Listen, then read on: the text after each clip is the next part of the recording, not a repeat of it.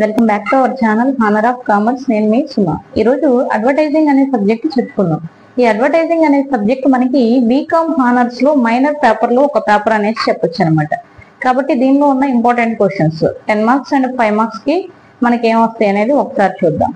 Unit 1 ఏంటనేది మనం చూద్దాం. ఇంట్రడక్షన్ టు అడ్వర్టైజింగ్ మేనేజ్మెంట్ అనే యూనిట్ నుంచి ఇంపార్టెంట్ క్వశ్చన్స్. ఫస్ట్ క్వశ్చన్ చదువుదాం. ఫస్ట్ క్వశ్చన్ మనకి చూస్తే write about the importance of advertising.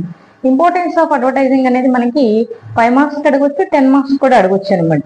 Next question discuss about classification of advertising. Classification of advertising అనేది మనకి 10 మార్క్స్ ఇస్తాడు.